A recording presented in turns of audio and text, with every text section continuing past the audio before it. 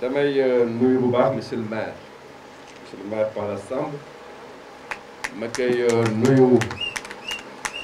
en tant que ministre de la République m'a félicité en tant que ministre mais ma koy nuyu dem parce que sama doomu ndey la nekk bu baax ñu am lu bëri lu ñu bokk démb ba tey laa ñëw bon monsieur le maire maa ngi lay remercier bu baax di remercier monsieur le sous-préfet di remercier bu baax médecin chef région bi di remercier médecin chef district bi ak ay équipe am ba si bàjjenu gox yi ak relais yi mais di remercier la doyenne Anta di remercier donc ma sœur parce que ñoom ñaar ñoo yore effectivement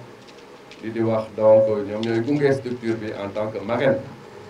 muy une très bonne expérience aussi en termes de mobilisation kulim Dioum maa ngi nuyu ñëpp mais may nuyu la presse aussi sénégalaise parce que li ñuy def ñoom ñoo koy yeggal ci biir kër yi bésu tey bi nag bés bu am solo la dañoo ñëw pour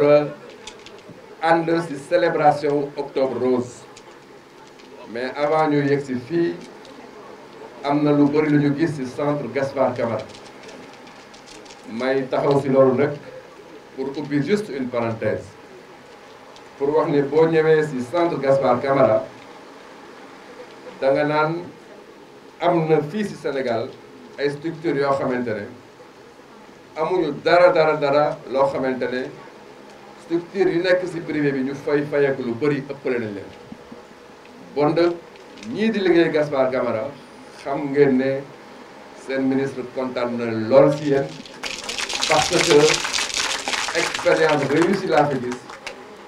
bu ñu ma bettee ne ma jógal ñu dem ak yow visiter ji benn structure ñeme naa wax nañ dem Gaspard Camara bon nag maa ngi leen di féliciter bu baax di wax na nag octobre rose lañ tey ñu ñëw fii pour engager wu ci lutte bi dans le cadre de la célébration de ce mois qui est le mois du cancer le mois de la lutte contre le cancer du sein mënuma nag avancé te waxuma lépp li xamante ne def nañ ko ci xeex cancer surtout cancer yi xamante day dal jigéen fi ñuy wax ak yéen son excellence le président Macky Sall dafa teg lu ñuy wax le plan Sénégal émergent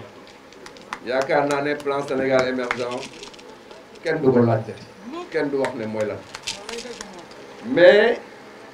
mën nañ ko xam ba pare réere ko ci contenu ci biir plan Sénégal émergent bi xamante ne mën nañu wax ne ñetti tiroir ñoo ci nekk bu njëkk bi jëm ci économie bu ñaareel bi dem ci social ci tiroiru social boobu santé dafa am rôle bu am solo bu muy jouer ci biir santé bi nag xam nañ ne am na lu ñuy wax les maladies non transmissibles ci biir maladie non transmissible yooyu cancer daf ci bokk te cancer boobu xam nañ ne li muy laal jigéen ñi di leen sonal moo gën a bëri président nag il faut ma taxaw ci booru jigéenu Sénégal moo tax depuis l'année dernière mu demandé que ne képp ku am cancer nekk jigéen booy def chimiothérapie doo fay dara loolu nag volonté excellence Macky Sall beneen bi déggoon ngeen coowu radiothérapie bi mu fi amee yaakaar naa ne Sénégal itam moo boobu nekk na ci moo yi Sénégalais yi gën a xam parce que am na moment boo xamante ne koo wax mu ne radiothérapie fële ci hôpital Dantec la machine bi paane woon muy machine bu fi yàggoon technologie boo xamante ne ñëpp bàyyi nañ ko muy technologie cobalt président bu mu ko yëgee mu ne non seulement danaa jënd technologie bu bees bi xamante ne moo gën a bees ci àdduna mooy accélérateur de particules mais dama ci jënd benn rek remplacer Dantec dama ci jënd ñett moo tax benn mu ngi Dantec mais ñaar ñu ngi fële ci Dalal Jàmm loolu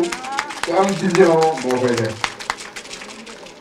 mu ne duma yam ci loolu danaa fexe ba mammographie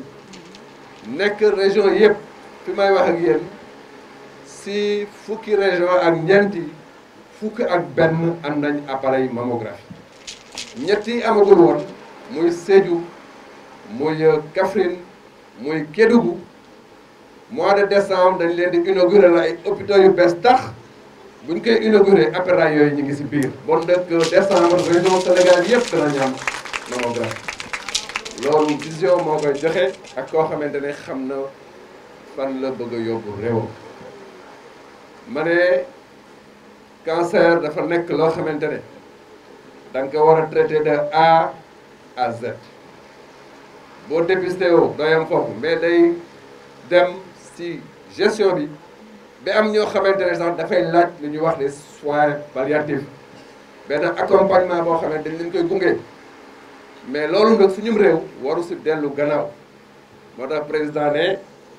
danaa jël lu ëpp 95 milliards jël ko def ko ci benn centre national d'oncologie fële ci Diamniadio boo xamante ne boo fa duggee de A à Z lépp lu jëm ci cancer mi ngi fa jusqu'à l'accompagnement effectivement loolu nag vision la centre national d'oncologie boobu très bientôt danañu poser la première pierre am na aussi un centre d'oncologie pédiatrique bu nekk fële ci Mbour ñu ngi koy liggéey pour jël en charge cancer u xale yi loolu nag day wane ne son excellence le président Macky Sall ci biir plan Sénégal émergent jël na en charge la dimension cancer loolu bokkul ak li muy def ci diabète bi bokkul ak li muy def ci politique de sang bokkul ak li muy def ci césarienne gratuite bokkul ak li muy def dans la couverture maladie universelle xam ne en 2012 25% des populations ñoo amoon une prise en charge médicale bu ñu feebaree moment bi ñuy wax on a plus de 60% te objectif bi mooy ñu dem ba 75% des sénégalais fekk ñaari at ñu mën a am couverture maladie universelle bu ñu feebaree ñu faju ñu sonn loolu nag vision moo koy joxe ak engagement bu ngeen gisee li ñu def dans le cadre de la maladie bi xamante ne tey moom la Sénégal di jooy moom la Afrique di jooy moom la àdduna bi jooy mooy Covid-19 Covid-19 bi li mu ci def mën naa wax ne fii sans risque de me tromper mais aussi sans risque d'être contredit que li mu ci def amul benn président réew boo xamante ne def na ko loolu nag mooy wane vision ak le sens de l'anticipation bi muy am le premier cas fekkoon na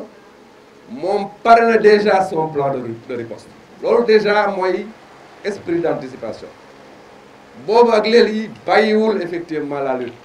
mais il a compris que cette lutte-là n'est pas seulement un combat médico-médical mais c'est un combat global moo tax tey bu ñu aligné réew àdduna bi yépp ñu ne am na benn réew bu nekk en Afrique de l'Ouest moom mooy ñaareelu réew bi xamante ne ci àdduna bi yépp moom la sa riposte nekk une riposte de qualité muy un travail boo xamante ne c'est important mais encore une fois bu fekkente ne ñun dañoo mën a nekk di def un travail bu ñu naw travail bu ñu remarqué travail boo xamante ne donc travail bu am solo la ba nit ñi mën koo seetlu beneen travail bu baax la daf may fàttali rek benn baat bu ma sama maam daan wax mu ne ma bu la nit tongobee man naam ba mbooloo yi mën nañ bañ a xam tongo mais pas yow xam nga ko bu dee un mot lébu je vais peut-être m'en excuser mooy bu la nit tegee ci ay mbaggam ngay gis lu kenn gisul bul yaakaar ne say bët moo gis mais ay mbaggam mooy gis ça veut dire que son excellence le président Macky Sall a su nous mettre dans les meilleures conditions de mettre en œuvre une riposte de qualité loolu nag Sénégalais yi war nañ ko xam ñu ko ci féliciter di ko wax na la communauté internationale la plébiscité mais c'est la partie visible de l'iceberg le même combat et la même réussite sur le plan sanitaire il a eu la même réussite sur le plan économique sur le plan social sur le plan des infrastructures et j'en passe bon nag maa ngi leen di remercier bu baax asalaamaaleykum wa rahmatulah.